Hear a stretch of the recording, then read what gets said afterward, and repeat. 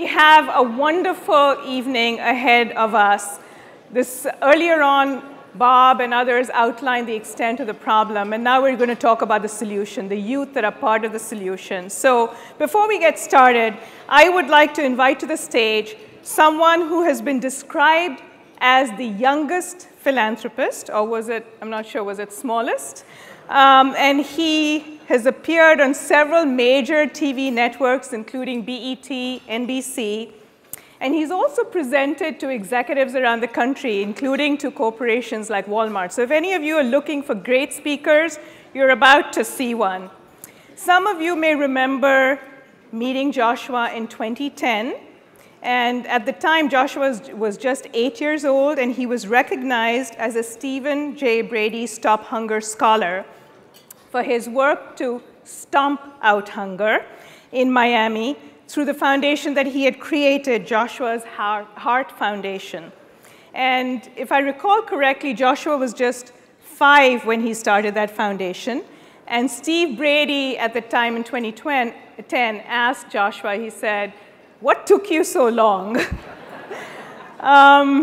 Joshua's been extremely active in the fight against hunger with his backpack food program, his food distribution, and he's armed with a whole battalion of young volunteers, Joshua's Elves. He leads his foundation motivating his peers and giving orders like, "Hey, dude, I need your help." And he already has fired 2 of his employees for lack of performance. He's going to talk about that.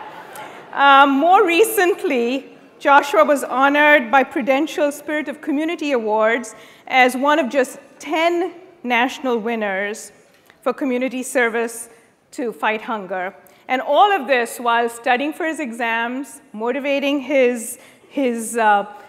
Joshua's Elves, multitasking, hiring, firing, all of that. I think, George, this man's ready for your job. So please join me in welcoming Joshua Williams to the stage. Okay, Joshua. So you can see all I need to do is to step back and let him take over, and we will be fine. But Joshua, you had a message? Hi, everyone. It's great to be back. I'm always thrilled when youth get involved in the fight against hunger, so.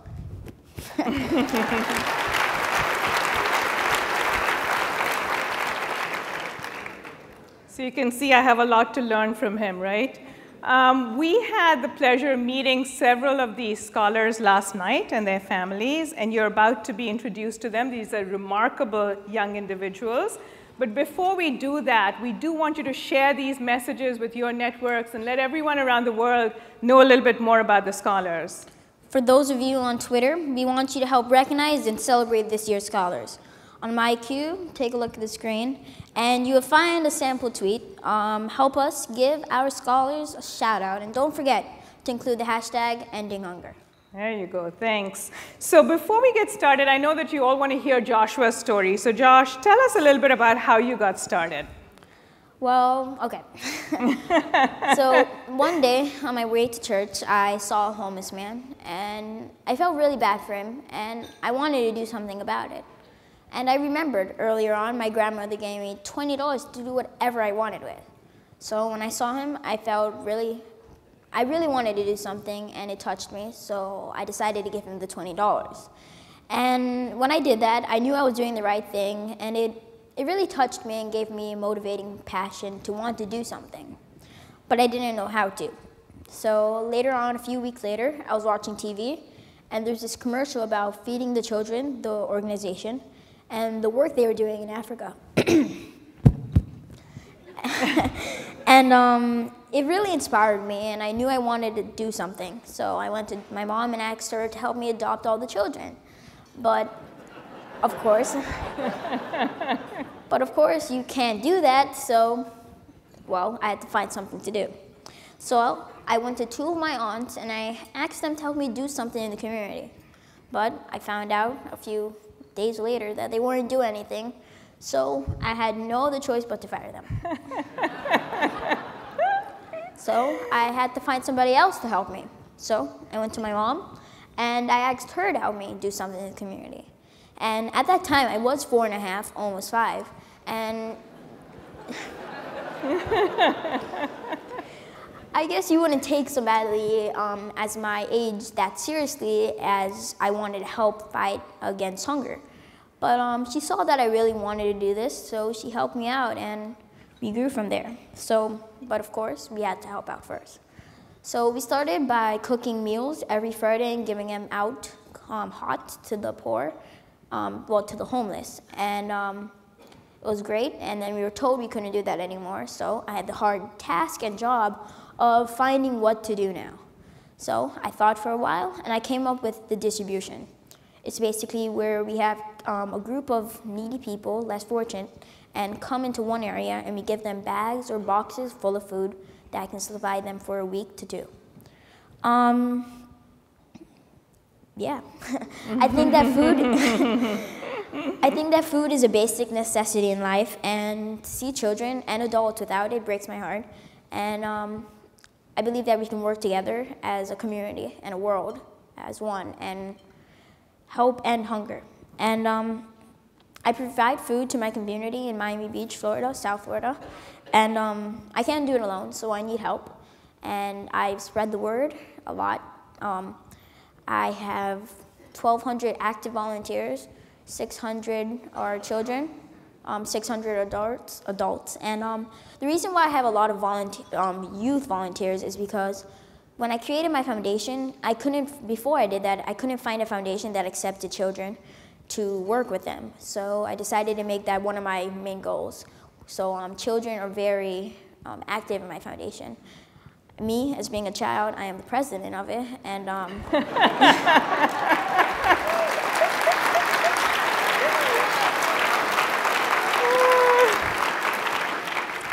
kids run the thing. The only thing that adults do is do the heavy lifting and do paperwork that I can do. So, my mom. Thank you. Okay.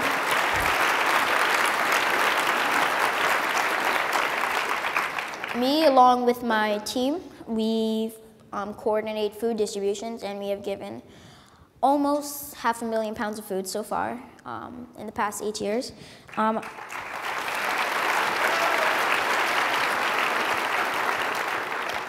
I launched a backpack program, which is where we give food in a backpack every Friday to those who need it over the weekend. And we have provided, I'm not sure the exact number of bags, but we have 2 separate locations, and one place we help 10 kids every Friday, and one place we help 50 kids every Friday. Now we have one small distribution where we help 50 kids every week now.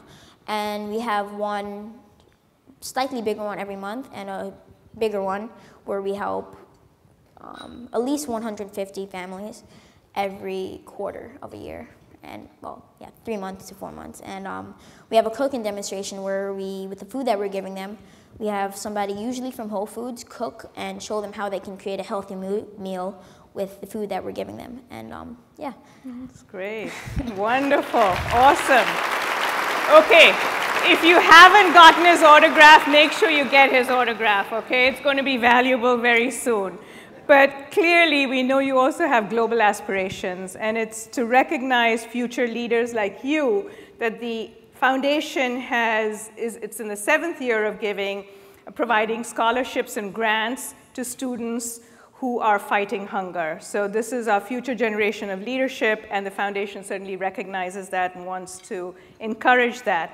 The Stephen J. Brady STOP Hunger Scholarship is named for Sodexo Foundation's founder and former president, who was an unstoppable champion in the fight to end hunger. I recall very clearly several meetings that we would be at when someone would inadvertently not turn off their phone. And if the phone rang, Steve Brady would jump up and say, "Where's my $10 for the foundation?" And I was handing out a lot of $10 bills, and he was collecting. So that was Steve. Now, this year, 2013, we've had more than 5,500 applicants. And each of the 5 national scholars that you're about to meet tonight will receive a $5,000 scholarship with a matching grant for the anti-hunger organization of their choice. And in addition to these scholars that you're about to meet, we also recognize another 20 Stephen J. Brady STOP Hunger regional honorees every year for their work to drive awareness and to mobilize youth in ending hunger. The regional honorees will each receive $1,000 in their name to support the hunger-related charity of their choice. And you can see the names up on the screen. And this evening, we are joined by one of our regional honorees, Ben Simon from Food Recovery Network. Ben, if you can please stand so we can recognize you. Are you in the audience, Ben?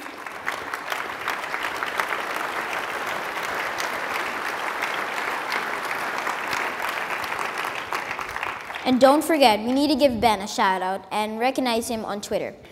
Check out the screen. Okay.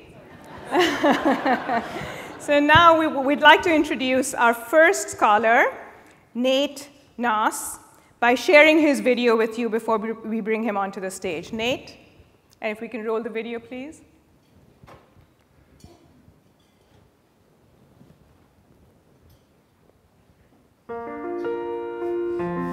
In this area, we are seeing a larger number of families who are in need of food. I'd been volunteering at my local food pantry for 5 years, over many summers since I'd been 11, and it's just stunning how much poverty there is and how much need there is. I became motivated, and I can create my nonprofit organization.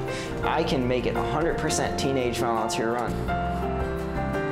Nate's gift is particularly important to us here because we receive no city, state, or federal dollars. Not only that all those that come and stay in our facilities, but then mothers, and we're able to feed many, many thousands of children every year as a result of this food that we get through Nate and his organization. He has a crew of young people that's just as dedicated as he is. They tell their friends, hey, you can make a difference with just a couple hours of your time. You know, no matter how young you are, no matter how small you start, you can actually make a substantial difference.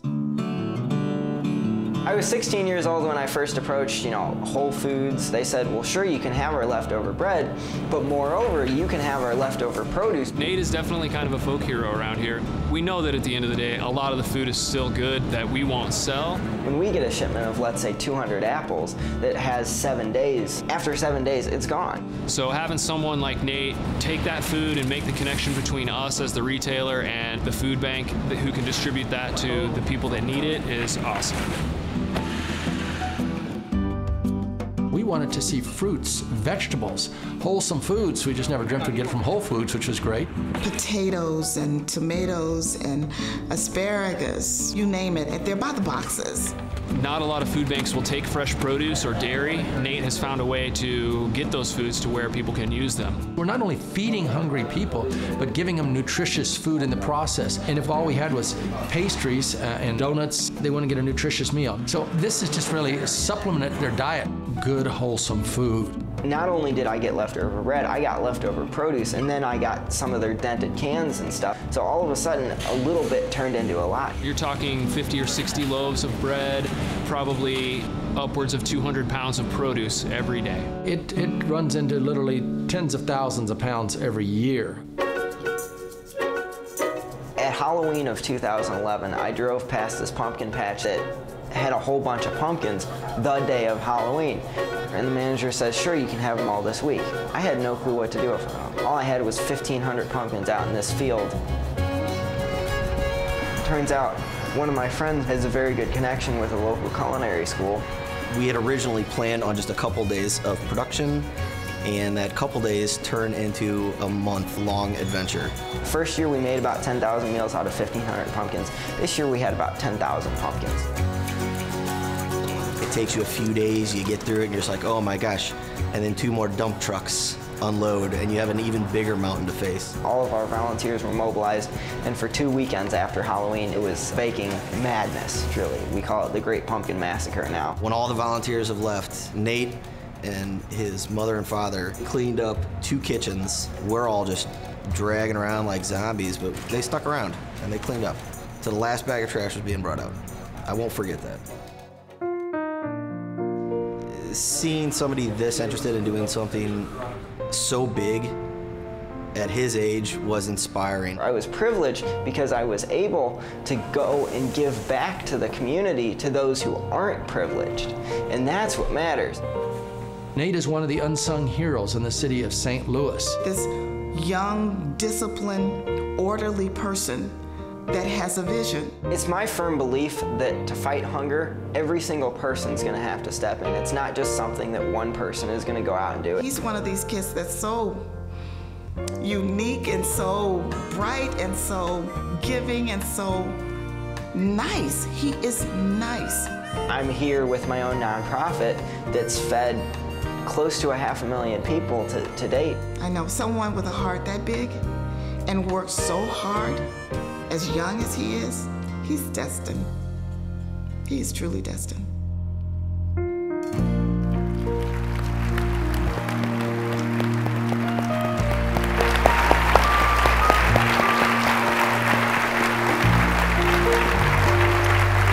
Please join me in welcoming Nate Noss from the St. Louis Food Rescue to the stage. Nice. Look at the audience. There you go. Look at this. Well deserved. Well deserved. Well deserved. Wonderful. Okay, so congratulations. I know that you've graduated, and tell us what's next. Well, I managed to graduate high school, surprisingly. I'm going to be heading off to Israel. I'm going to the Technion Israel Institute of Technology. I'm going to major in civil and environmental engineering. Great, wonderful. So there's a lot of stuff that we saw in the video. You talked about your partnership with Whole Foods. You talked about rescuing pumpkins. I'm not sure where to start, but tell me a little bit about the partnership with Whole Foods. Right. So when I was 15, I first approached Whole Foods. I asked to talk to their manager, and manager comes out, and I said, "Hey, can I have your leftover bread that's baked fresh daily?" And the manager says, "All right, I'll get back to you." And a short while later, a few days, manager comes back, "Sure, just come on Saturday and Sunday nights because we don't have any other organizations that pick up. Most food pantries, homeless shelters are open Monday through Friday, not really on the weekends." So I made the commitment to come every single Saturday and Sunday night to Whole Foods to take the leftover bread. And what turned from a little bit of baked fresh daily bread, that turned into 5,000 pounds of food per week. That's great, amazing. So how do you negotiate with your parents to stay up at 10 o'clock every night to do this work? I just do it. It's like 2, 3 a.m. sometimes. It doesn't matter. I see it as I couldn't go to bed, knowing that I live in a very, very good place. I have a house. I have shoes on my feet. I have a coat in the winter. I have loving parents right there. I have a suit, no problem, to where I have all these things that sometimes we take for granted, and there are so many people out there who don't have all of these, which is not okay, but then they don't have food, and you can't survive without food. Like, you can survive without shoes if you want, but with food you can't, and that's not right for me to just sit there. Mm-hmm. Yeah. So this other sort of initiative that you have around rescuing pumpkins, where did you get this idea? What have you done with it? Tell us a little bit more about what stands out. So my passion is to never let food go wasted while there are hungry people. And in St. Louis, it's a pretty segregated place. You have the poor areas, then you have the rich areas, and that's it. And you have the middle class areas. So with the Pumpkin Project, I saw an opportunity to save food. I didn't know where to start, but I managed to spread the word around. And after a couple of weeks, we loaded about 10 pickup truckloads of pumpkins from that patch in 2011 into my parents' garage. And I had no other place to put them, so we'll put them in the garage. And we had the media out there, and that was fun, late at night. And so we get hooked up with Le Cordon Bleu, and they couldn't have been better to us. They gave us kitchens, 5 industrial kitchens. They said, all right, fine, the entire weekend, Great. they'll have them. And like Chef said, you know, a couple days turned into, you know, a month of production. And of course, you know, the Pumpkin Project is again coming up. And we hope to make a lot of pumpkin bread, pumpkin soup, give the pumpkin puree straight from when we bake it to homeless shelters so they can turn it into pumpkin soup and what they want, and anything else that we can do with pumpkins. That's fantastic, amazing. So what's been the biggest impact? Well, the first person who talked was Peggy Sherwin. She's the manager at the Salvation Army in O'Fallon. And O'Fallon is in St. Charles County. St. Charles County is a very new place. Over the past 20 or 30 years, it's sprouted up from almost nothing to 365,000 people. And in this large area, in 365,000 people, there is one homeless shelter. One homeless shelter. Now, this is generally a middle-class area, a large suburb. And there's one homeless shelter, and that shelter is the Salvation Army, and that can hold a maximum of 28 people. And because of its restrictions, they can really only accept people with children. A lot of women with children, or families with children, or single men with children. And it's sad because they can't accept the, you know, single homeless men out on the street that we'd really like to. But for us to be able to deliver to that organization, have that kind of impact, is just stunning. And another figure from that organization is in 2011, their food pantry served about 45 families per month. They currently serve over 600 families per month. Amazing impact. And Incredible. Incredible. Incredible. So you pointed out your parents who are in the audience with you today, obviously supported you all the way. And tell us which organization is going to get the $5,000 grant. so I'm going to give it to my organization. No surprise. What's great about my organization is what I like is that we essentially, on a daily basis, we have no operating costs. I'm a volunteer.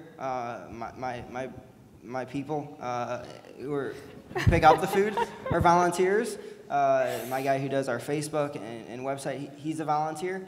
But our only operating cost is the Pumpkin Project. And like I said, Le Cordon Bleu didn't charge us anything. They said, fine, our entire facility is yours. So we do have to come up with the money for flour and sugar for the pumpkin bread. Right now we're going to partner with a canning company in Kansas City to ship that pumpkin puree that we've got in an industrial freezer to them so they can make, hopefully, 16,000 meals worth of pumpkin soup. And that's really our biggest expense, the Pumpkin Project. So that's really going to make this large dose of pumpkin soup come true, and not just, you know, a few thousand pumpkin breads, you know, things. We're really going to make some pumpkin soup. Terrific. Thank you so much. Wonderful. Well done. Well done. Well, it's time to grab your phone. Since Whole Foods is a great supporter of mine in Florida, I'm going to get in on the action too. I'm going to take a photo with Nate.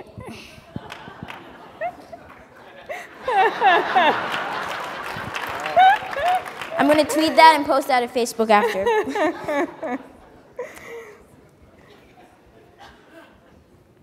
And now I'd like to introduce Remy Krumpak, and a graduate student from Los Angeles, California.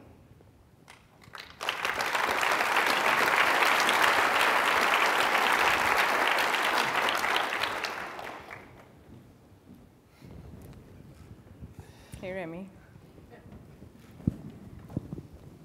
You going to hold this yourself? You're studying law and business, right? I am, yeah. There's no lawyers in this room, I can tell. How did you first learn about the issue of hunger and homelessness in your community, and what moved you to do something about it? Well, both my parents have been teachers for as many years as I can remember, and my mom used to teach down on Manchester in South Central LA, and so we always had a foothold in that community and knew what was going on. But once I got to law school, I kind of realized that there were other ways that only lawyers could really make a difference in the fight against hunger, beyond just doing food banks and doing more in-depth work. So tell us about the more than 10,000 in benefits you recovered and why it's important for your clients.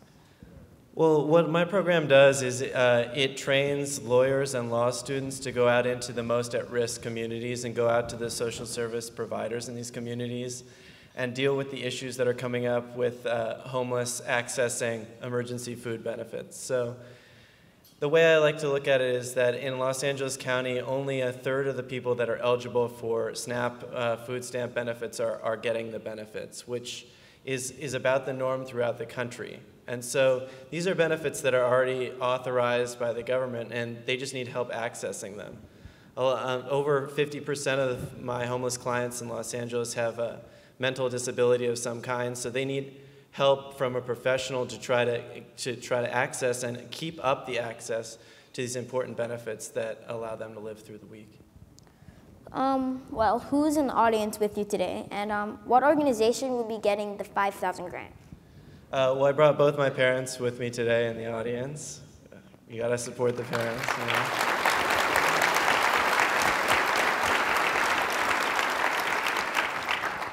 And I'm going to be giving the money to Public Counsel Law Center, which, if any of the lawyers in the room know, is the largest nonprofit pro bono law firm in the country. And they deal with specifically homelessness prevention, among other things. So I just wanted to take the time to encourage all those who are able to do pro bono work to really make that a serious part of your practice, because it does make a huge difference in the lives of a lot of people. Thank you.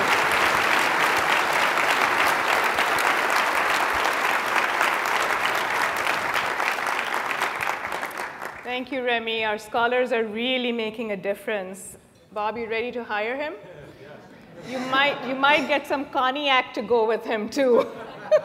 Okay, guys, let's give Remy a big shout out.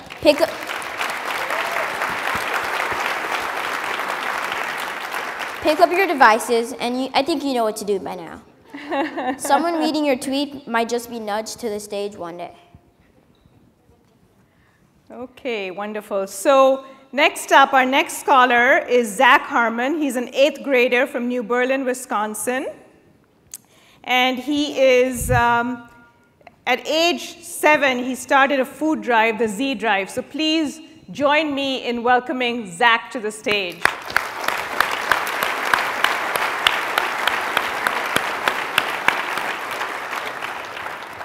Zach.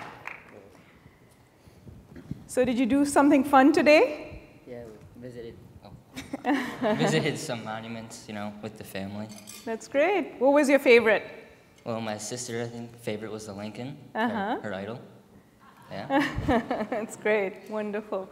So what inspired you at age 7 to start this, the food drive? Well, I remember just watching TV, watching the news and just seeing that there's a need everywhere, like even in our community, and just decided to do something about it. I had a bunch of extra money, went out and bought some food, donated it to the food pantry, and every year it just keeps getting bigger and bigger. That's great. So I hear that some of the Sodexo folks have come to your home as well and then donated food, and they've been in your basement without recognizing it was your home. But tell me, hey, how Dave. Do you... There he is. So how do you get support from the local businesses? Well, every year we go to Pick and Save right around Easter, usually when people are their most generous. And just sit out front and hand out flyers just naming like some of the sales items and just asking them to pick them up. And then when they come out of the store, I say almost everybody comes out with something, and we box it up, put it in the car, come home, sort it in our basement, and yeah. Terrific. It's a lot of work in addition to school, huh? That's wonderful. So I know that you just celebrated a birthday in April. And, most kids have friends over and a cake and a party and go bowling. What did you do? What do you do on your birthdays? Well, on my birthday, it's close to the birthday, we go to the food pantry, drop off all the food. This year it was over 3,000 items, which feed, I don't know, a couple hundred families. But we fed over 10,000 families over the past 7 years and hoping to feed a bunch more. That's terrific. Wonderful. So I know you work really hard and you're doing all kinds of things. What is it that you want to do when you get out of school? I'd like to go to college to become an engineer and then join the Air Force. That's great. Wonderful. Thank you. So tell me, who's in the audience with you today? My wonderful mom over there, and sister over there at table 9. Okay, terrific. Hey, guys. And which organization is going to get the $5,000 grant? The New Berlin Food Pantry, which is my community's food pantry, will be getting the grant. Wonderful. Good cause. Thank you so much. Well done. Thank you. Thanks. Okay, guys, I'm going to say this every time. Let's give Zach a big shout out and click a pic.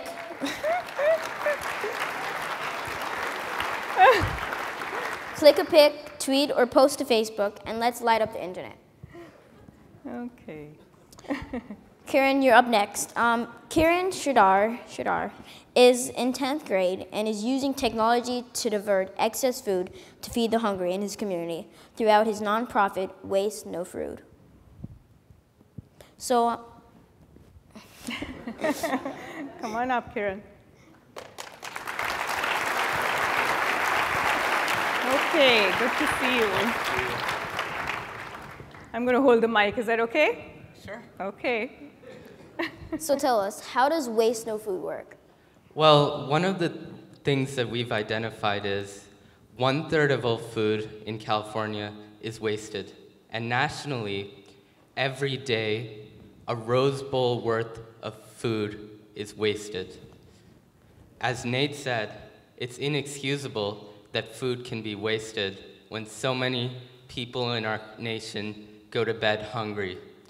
And we wanted to tackle this problem head on.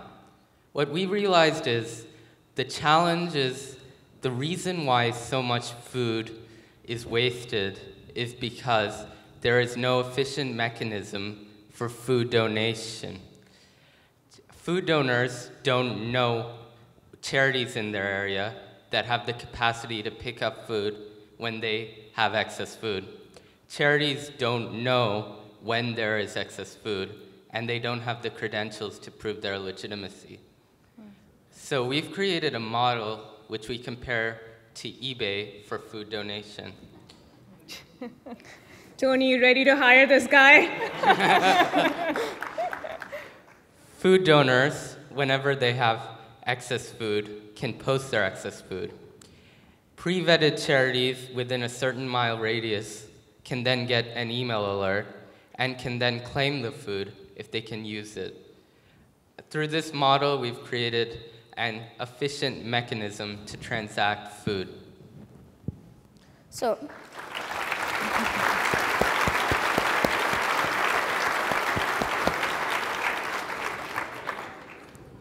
Kiran, what inspired you to start this?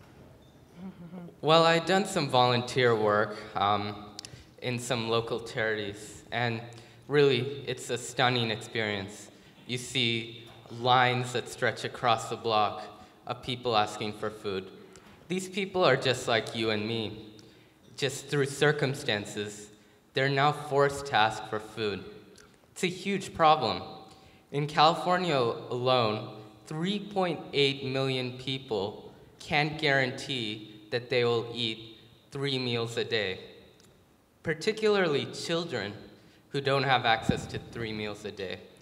They cannot focus in school, they cannot contribute and make a positive impact on their family, they cannot enjoy better job prospects, and they cannot help our society. The problem of hunger stretches to all of us. It's a societal problem, and we need to unleash the potential of every one of our citizens, and we need to ensure that they do not go to bed hungry.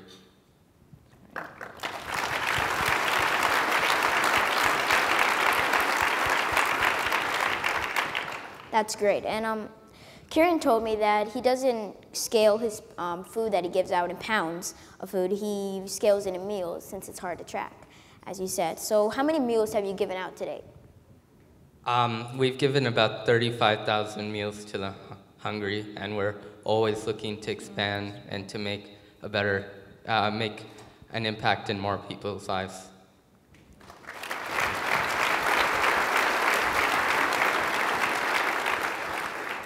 Hey Kiran, I just had an idea. Okay, so go to Whole Foods in the Bay Area and tell them that Nate and I sent you. And if they say no, you can fire them, right? I got you. How's that for a CEO directive? Okay, so as we said, who's with you in the audience tonight? Well, I have my mom and my sister, and they've played an incredible role in supporting me throughout this endeavor.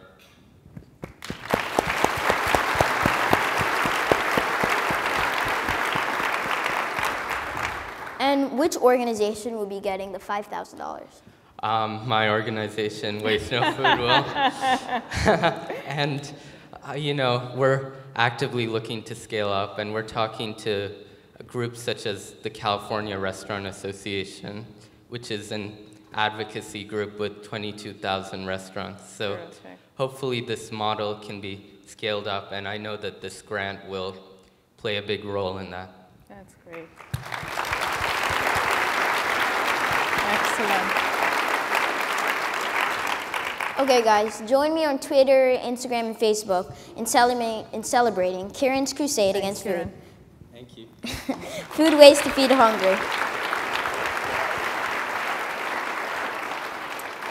Okay, you can see that the scholars are impacting their communities. They're having a systemic impact. They're doing some amazing work. So next up, join me in welcoming Sarah Sir, who's a junior at Northwestern University and a student leader and volunteer for campus kitchens at Northwestern University. Sarah?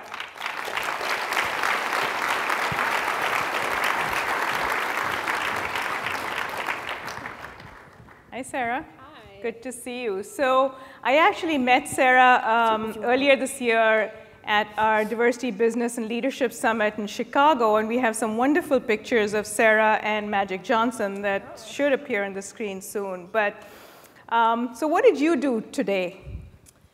Well, so I go to Northwestern, we're on the quarter system, and so we have finals next week. So I spent most of this morning doing some work and studying. Oh, so hopefully you'll get out tomorrow, and hopefully it's not going to be raining, and you'll be able to enjoy Washington, D.C. So tell me, what are you studying, and what do you want to do?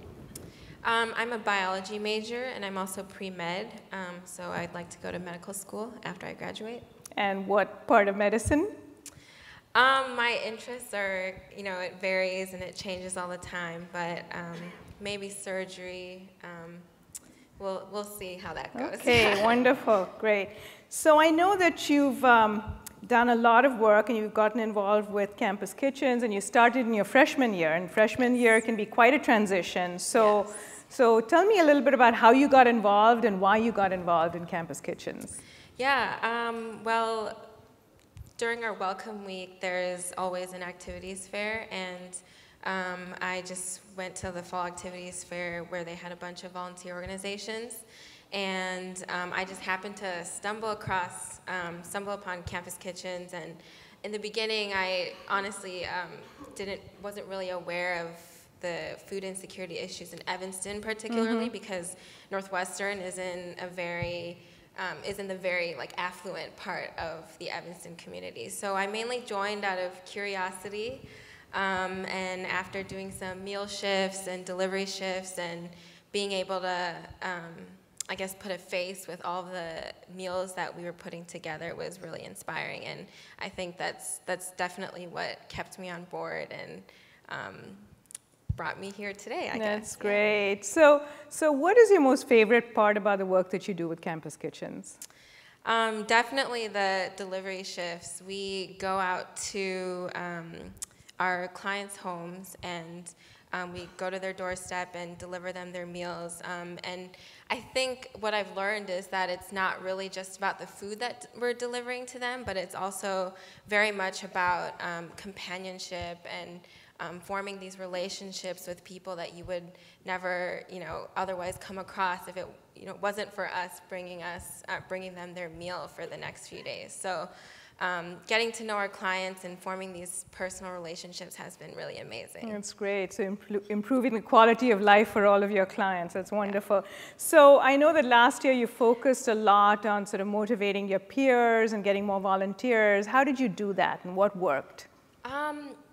In the beginning, I guess we kind of gauged the interests of all of the students that were working with us and seeing what they were interested in outside of the work that we're doing. So if it's their majors, other organizations that they're involved with, and seeing how they can take this issue and relate it to their other passions. So we were able to successfully have everyone combine their various skill sets and every aspect of their major, other things that they're involved with that really interests them, and we've been really successful in not only increasing the number of meals that we serve and the quality of our food, but doing other programming as well, such as nutrition education, involving the rest of the Northwestern community as well as the Evanston community to expand our efforts. That's terrific. And who's in the audience with you today?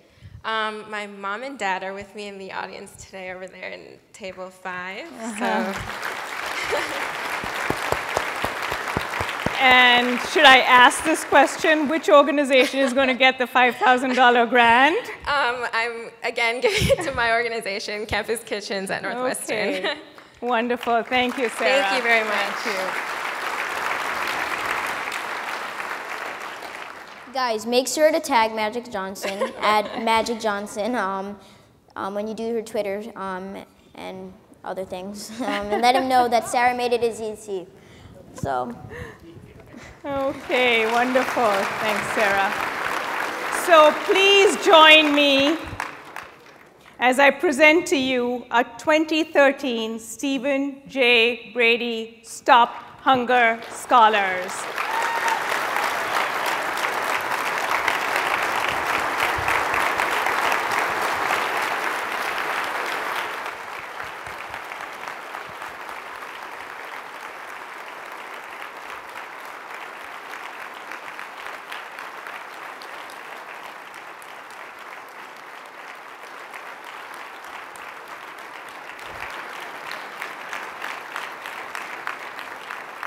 Thank you. And finally, in addition to recognizing the scholars in our true tradition, we always recognize family and friends and others who have helped to make these individuals the wonderful, caring, giving adults that they are. So if we can have all the family members and friends of these scholars, please stand so that we can recognize you.